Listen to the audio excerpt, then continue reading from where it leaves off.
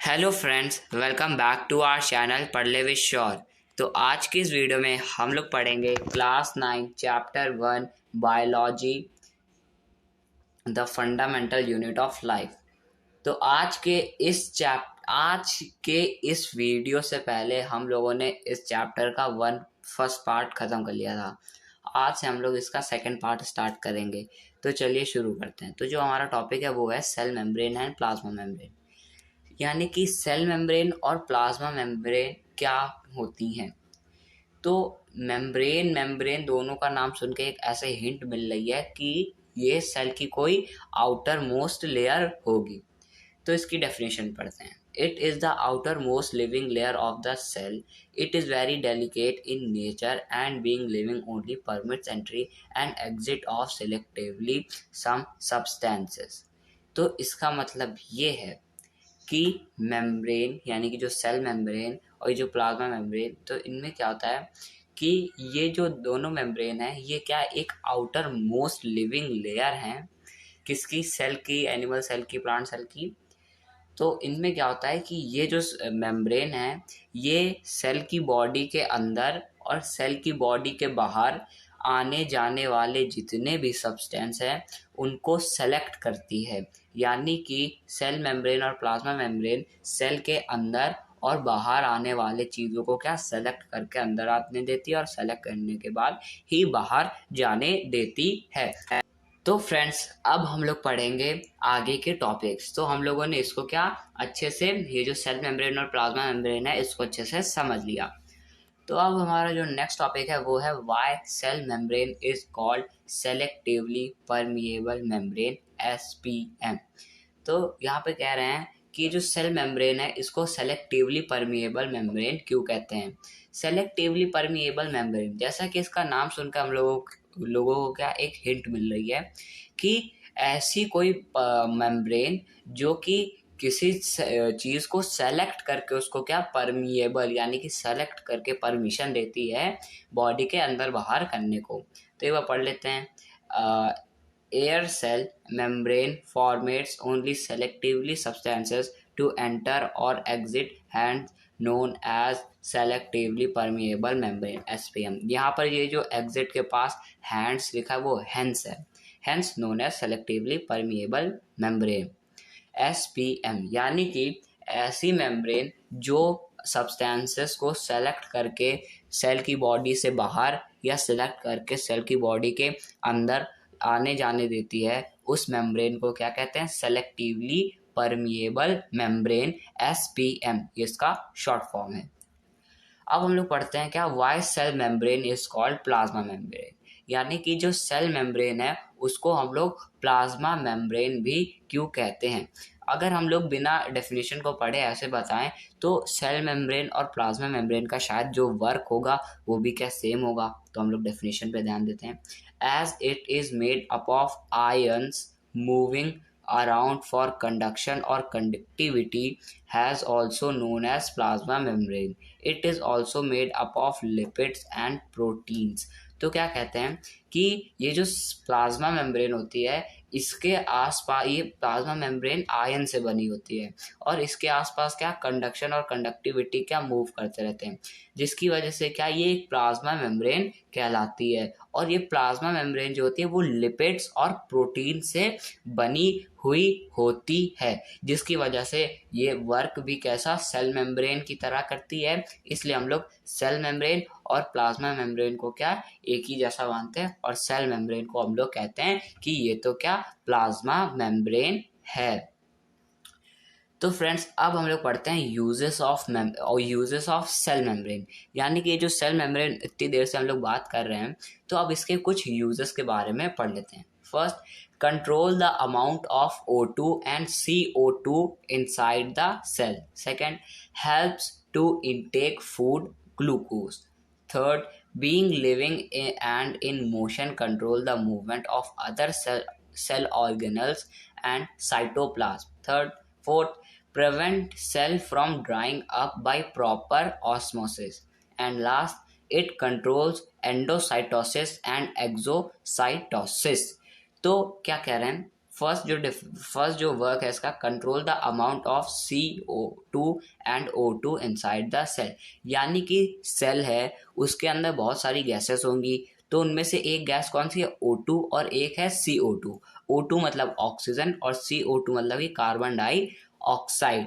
ठीक, तो जो अमाउंट होता है, अगर सेल के अंदर O2 बढ़ जाएगी और CO2 कम हो जाएगा, तो CO2 का भी कुछ वर्क होगा सेल की बॉडी के अंदर, तो वो नहीं हो पाएगा, और जिसकी वजह से क्या, सेल डैमेज हो जाएगा, मर जाएगा। और अगर CO2 ज़्यादा बढ़ गया और O2 कम पड़ गया, अगर एक चीज़ बढ़ेगी तो एक चीज़ कम होगी, है ना। तो अगर कार्बन डाइऑक्साइड बढ़ गई और ऑक्सीजन कम हो गया, तब भी सेल की क्या, डेथ हो सकती है, सेल डैमेज हो सकता है, सेल मर सकता है। तो इसलिए क्या होता है कि जो इसकी सेल मेम्ब्रेन होती है, वो जो अमाउंट है ऑक्सीजन और CO2 का, वो कंट्रोल करती है। अब ये कैसे लग रहा होगा कि सेल की बॉडी के अंदर ये जो गैसेस है वो आती कैसे हैं। अब देखिए, जो सेल्स हैं वो किसके अंदर है, वो हमारी ह्यूमन बॉडी के अंदर है, ह्यूमंस के बॉडी के अंदर है कौन से, सेल। और ह्यूमन जो एयर है, यहाँ पर जो एटमॉस्फेयर में जो एयर है उसको जब इनटेक करता है, सांस लेता है, तो उसके साथ ही बहुत सारी गैसेस चली जाती हैं। तो जिनमें से क्या है कि बहुत सारी क्या, ऑक्सीजन होती है, ठीक है। और हम लोग जब ऑक्सीजन इनहेल करते हैं और जब उसको एक्सहेल करते हैं, तो ऑक्सीजन तो निकलती है, साथ में ही क्या क्या निकलती, कार्बन डाइऑक्साइड निकलती है। और थोड़ी कार्बन डाइऑक्साइड हमारे बॉडी के अंदर भी होती है, जो कि कहाँ पे, जो कि बॉडी के अंदर घूमती रहती है, यानी कि सेल्स के एटमॉस्फेयर, यानी कि सेल के सराउंडिंग वो गैसेस घूमती रहती है। और अगर ये जो मेम्ब्रेन है, इसने अलाउ कर दिया सारी गैस को आना, तो O2 आ जाएगी, CO2 आ जाएगी, और इसका क्या, कंट्रोल बिगाड़ देगी। तो इससे क्या होगा कि ऑक्सीजन चाहिए, तो जैसे थोड़ा सा ऑक्सीजन चाहिए, तो जो सेल मेम्ब्रेन है वो थोड़ा सा क्या, पोर खोलेगी और ऑक्सीजन लेकर के वापस से बंद कर देगी। और अगर CO2 और कार्बन डाइऑक्साइड चाहिए होगा, तो वो क्या, थोड़े से अपने पोर्स खोलेंगी, और सेल मेम्ब्रेन क्या करेगा, अपने पोर्स खोलेगा और CO2 अंदर आ जाएगा सेल के अंदर, और फिर उसके बाद क्या, वो बंद हो जाएगी, जिसकी वजह से जो कंट्रोल होता है ये गैसेस का अमाउंट का, वो क्या, बढ़िया रहता है। तो ये भी क्या, एक इंपॉर्टेंट रोल प्ले करती है, कौन सी, सेल मेम्ब्रेन। अब हम लोग बात करते हैं सेकंड पॉइंट की, helps to intake food glucose. यानी कि जो सेल मेम्ब्रेन, मतलब कि जो सेल है हमारा, उसको जिंदा रहने के लिए फूड चाहिए होगा, तो वो तो हमारी तरह दाल चावल सब्जी रोटी थोड़ी ना खाएगा।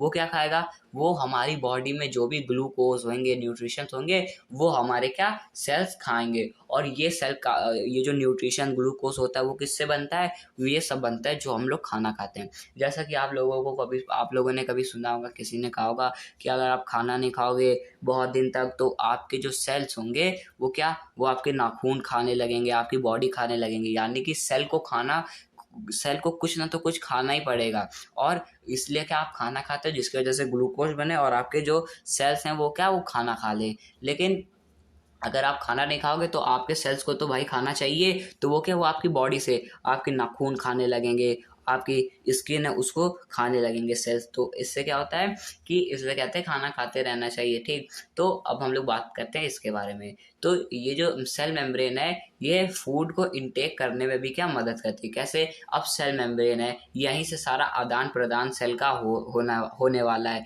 तो सेल की जो मेम्ब्रेन है, अगर वो बंद हो जाएंगी, मतलब कि अगर वो ऐसे खुल जाए, समय आने पे बंद हो जाए, अगर ऐसा नहीं करेंगे तो सेल तो डैमेज, सेल तो मर जाएगा। तो सेल हम खाना खाते हैं, हमारे लिए मुंह होता है, उसी तरीके से सेल के लिए सेल मेम्ब्रेन होता है। सेल का मुंह, सेल मेम्ब्रेन, जिसकी वजह से वो क्या, खाना खाता है। क्या खाना खाता है, ग्लूकोज लेता है, बस, ठीक।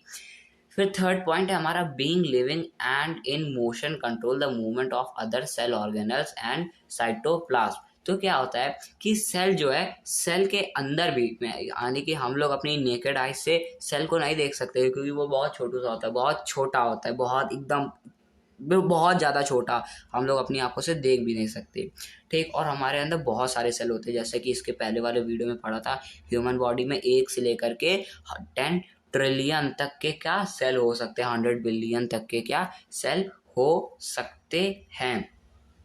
तो क्या होता है कि सेल बहुत छोटे होते हैं, लेकिन उनके सेल के बॉडी के अंदर भी क्या होता है, साइटोप्लाज्म होता है, और भी सेल ऑर्गेनल्स होते हैं। यानी कि हमारे ह्यूमन ऑर्गन्स होते हैं, सेल के सेल ऑर्गेनल्स होते हैं, ठीक है।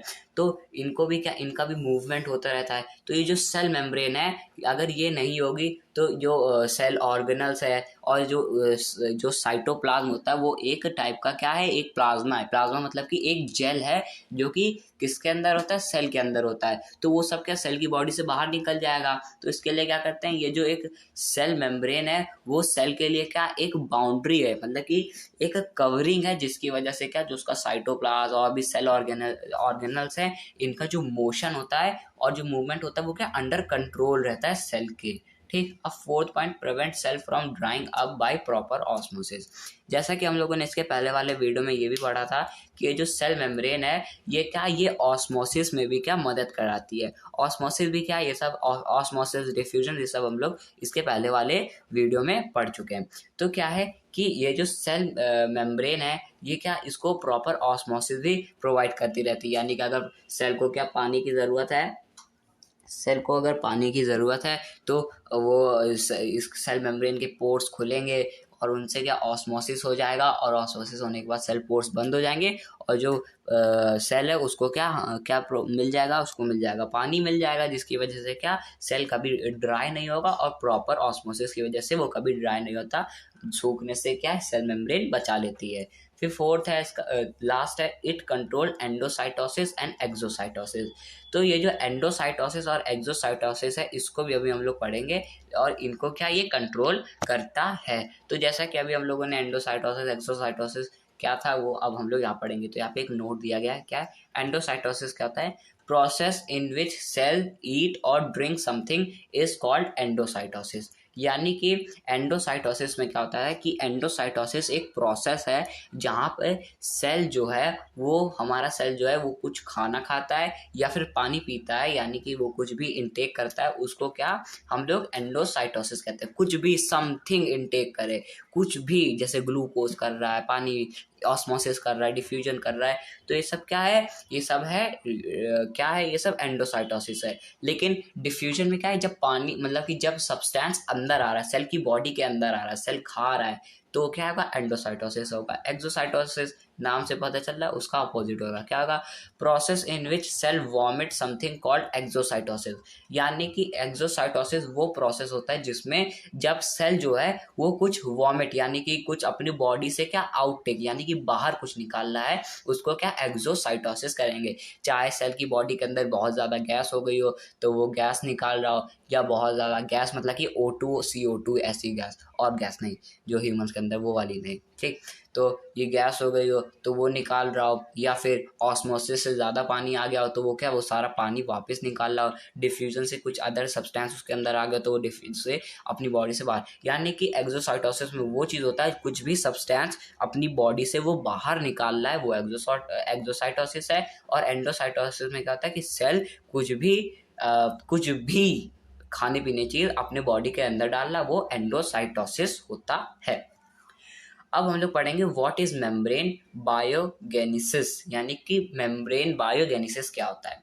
The process of formation of cell membrane by the cell itself is called membrane biogenesis. जैसा कि आप लोगों को पता होगा कि हम लोग जब गिर जाते हैं, हम लोग के चोट लग जाती है, तो हमारी बॉडी जो है उस चोट को ऑटोमेटिकली कुछ दिनों में क्या पूरी ठीक कर देती है। अगर हमारा पैर तक भी टूट जाए, यानी कि हम लोग को किसी भी टाइप की क्या इंजरी हो जाए, तो हमारी बॉडी जो है वो वापस से क्या अपने आप को रिकवर कर लेती है एक सर्टेन पीरियड ऑफ टाइम में। वैसा ही क्या होता है कि जो सेल मेम्ब्रेन है वो सेल के लिए कितना सारा काम कर रही है, तो वो भी थोड़ा डैमेज हो जाती है, वो भी क्या थोड़ा खराब हो जाती होगी। तो सेल मेम्ब्रेन का वापस से जो फॉर्मेशन होता है उस प्रोसेस को क्या कहते हैं, मेम्ब्रेन बायोगेनेसिस। यानी कि जब सेल मेम्ब्रेन वापस से बन रही होती है, रिकवर कर रही होती है, तो उसको क्या कहते हैं, सेल मेम्ब्रेन या मेम्ब्रेन बायोगेनेसिस। यानी कि सेल मेम्ब्रेन का जब कम बैक हो रहा हो तो उसको क्या कहते हैं, मेम्ब्रेन बायोगेनेसिस। पेपर में कम बैक नहीं लिखना, उसमें लिखना है the process of formation of cell membrane by the cell itself called cell membrane biogenesis. और ये जो इसका फॉर्मेशन होता है वापस से, तो ये किससे होता है, ये सेल ही कर देता है। जैसे हमारी बॉडी कर देती है वैसे सेल की बॉडी भी उन सेल मेम्ब्रेन को क्या कर देती है, वापस से उसका फॉर्मेशन कर देती है। अब हम लोग पढ़ते हैं सेल वॉल। सेल वॉल क्या होती है? तो जैसा कि हम लोगों को लग रहा है सेल वॉल के नाम से ऐसी कोई चीज़ जो कि सेल को क्या प्रोटेक्ट कर रही हो। अब हम लोग डेफिनेशन पढ़ लेते हैं, शायद हमारी जो थिंक है वो गलत भी हो सकती है। There is an additional dead covering outside the cell membrane in plant cell which is called cell wall. यानी कि जैसा कि आपको पता है सेल भी दो लोगों के, एक एनिमल सेल और एक होता है प्लांट सेल। और हम लोग जो है ना, वो हम लोग ह्यूमंस जो होते हैं, ये जो लोग कहते हैं कि बायोलॉजी में 3 फील्ड है, एक है प्लांट्स, एक है ह्यूमंस और एक है एनिमल्स। ऐसा कोई नहीं है, खाली 2 ही हैं। कौन से? एक है प्लांट्स और एक है एनिमल्स। जो हम लोग हैं जिनको ह्यूमंस कहते हैं, ये भी क्या, ये भी एनिमल हैं। हम लोग भी क्या, एनिमल है, बस हम लोग बोलने वाले एनिमल हैं। ठीक, तो क्या कहते हैं कि जो सेल वॉल है, ये प्लांट के अंदर जो सेल होते हैं, जो प्लांट के अंदर सेल मौजूद होते हैं, उनमें क्या एक डेड कवरिंग होती है। यानी कि इसका कोई क्या, जैसे हमारे हेड के ऊपर भी क्या एक डेड कवरिंग होती है, जिसको हम लोग कहते हैं हेयर्स। यानी कि जो हेयर है ना, हमारे बाल, ये क्या है, ये एक डेड कवरिंग है हमारे सेफ्टी के लिए। सेफ्टी के लिए पता नहीं कैसे, पर ये क्या है, एक डेड कवरिंग है हमारे सर के ऊपर। ठीक, और क्या होता है कि there is additional dead covering outside the cell membrane in plant cell. यानी कि ये एक तरह से ये जो प्लांट सेल हैं, उनके क्या, उनके ये हेयर्स हैं, उनको मतलब कि प्लांट सेल के ऊपर क्या एक एडिशनल डेड कवरिंग लगी रहती है, जिसको क्या हम लोग कहते हैं, सेल वॉल कहते हैं। और ये सेल वॉल हम लोगों को खाली एनिमल के ही, प्लांट्स के ही सेल्स में दिखाई देने को मिलती है। अब हम लोग नेक्स्ट पढ़ते हैं, what do you mean by middle lamella. अब ये क्या चीज आ गई, मिडिल लैमेला? चलो इसको पढ़ लेते हैं। Cell wall of 2 cell in plants is joined by a liquid called middle lamella. यानी कि जो सेल वॉल होती है, और जब 2 सेल वॉल प्लांट्स की ज्वाइन होती है एक लिक्विड्स के द्वारा, एक लिक्विड के द्वारा, उसको क्या हम लोग कहते हैं, उसको मिडिल लैमेला कहते हैं।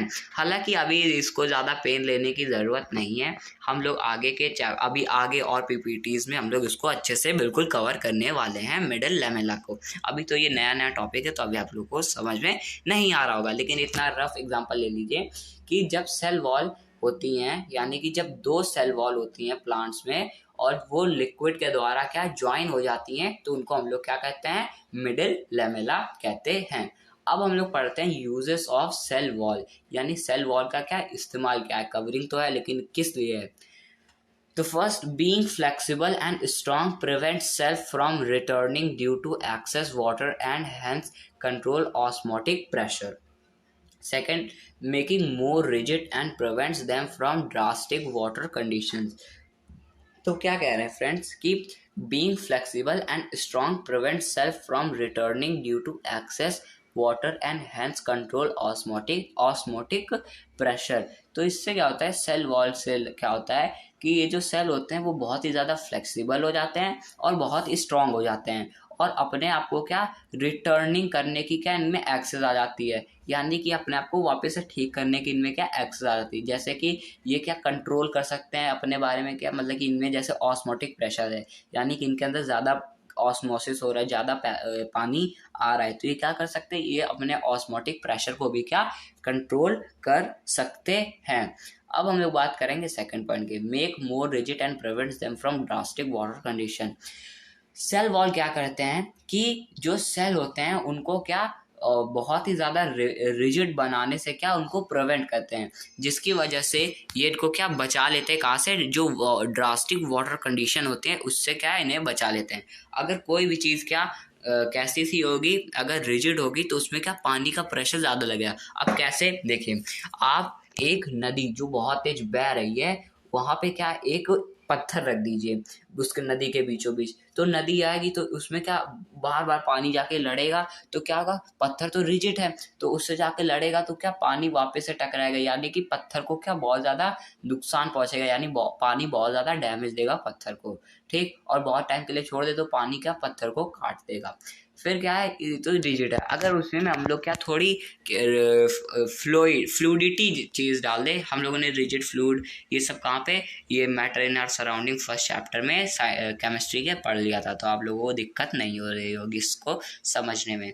तो क्या होता है, कि इसकी वजह से जब फ्लूइडिटी उसमें ला देते हैं सेल के प्रोटेक्शन में, ये जो सेल वॉल है ये इसको क्या एक फ्लूइडिटी प्रोवाइड कर देती है, जिसकी वजह से जो ड्रास्टिक वाटर कंडीशन होता है उससे जो सेल है वो क्या वो बच जाता है। अब हम लोग बात करेंगे why cell is called freely permeable membrane, यानी कि जो सेल है वो क्यों सेल वॉल है उसको फ्रीली परमिएबल मेम्ब्रेन क्यों कहते हैं। फ्रीली परमिएबल मेम्ब्रेन इसलिए कहते हैं क्योंकि being dead it allows all substance to pass through it freely, hence known as freely permeable membrane FPM, यानी ये FPM जो है इसका शॉर्ट फॉर्म है फ्रीली परमिएबल मेम्ब्रेन का। यानी जैसा कि हम लोगों ने अभी आगे एक PPT में पढ़ा था इसके पहले वाले में कि जो सेल वॉल होती है वो क्या एक डेड कवरिंग होती है सेल के ऊपर। तो जो डेड होती है जिसकी वजह से इसमें कोई भी ऑर्गन काम नहीं करता, ये सब क्या है डेड है, मरी हुई एक वॉल है। तो इससे क्या होता है कि कोई भी है सब लोग क्या इसमें आ जा सकता है, यानी कि सब लोग मतलब कि कोई भी सब्सटेंस इसके आर पार जा सकता है। इसमें कोई भी ऐसा नहीं कि तुम सेलेक्ट करके जाओगे, ये नहीं तुम्हें परमिशन है तुम जाओगे, तुम्हें नहीं है तो तुम नहीं जाओगे, तुमको जाना है नहीं जाना है जा सकते हो आ सकते हो। ठीक, तो इसलिए क्या इसको फ्री परमिएबल मेम्ब्रेन कहते हैं, यानी कि बिल्कुल फ्री है, किसी को भी आने जाने देती है। अब बात करते हैं name the outer most layer of the plant cell and animal cell, यानी कि ये क्वेश्चन है हम लोगों ने जो पढ़ा उसका एक कॉम्प्रीहेंशन चेक है, इसको हम लोग पढ़ लेते हैं। मतलब क्वेश्चन है कि जो प्लांट की जो आउटर कवरिंग सेल है, प्लांट सेल का जो आउटर कवरिंग लेयर है उसको क्या कहता है, और एनिमल सेल है उसके आउटर कवरिंग लेयर को क्या कहते हैं। तो प्लांट सेल में जो होता है उसको हम लोग सेल वॉल कहते हैं, अभी पढ़ के आए हैं। अगर ये तो कोई लल्लू सा लल्लू लोग आदमी बता सकता है। फिर सेकंड है हमारा एनिमल सेल, यानी एनिमल सेल की कौन सी आउटर मोस्ट लेयर होती है, तो वो होती है सेल मेम्ब्रेन, जो कि अभी हम लोग पढ़ ही रहे थे। तो फ्रेंड्स ये जो हमारा टॉपिक है ये तो कंप्लीट हो चुका है। अब जो चैप्टर का सेकंड पार्ट है, थर्ड पार्ट है, वो आएगा नेक्स्ट वीडियो में। आज की इस वीडियो में इतना ही, मिलेंगे नेक्स्ट वीडियो में इसी चैप्टर के साथ। तब तक के लिए थैंक यू वेरी मच।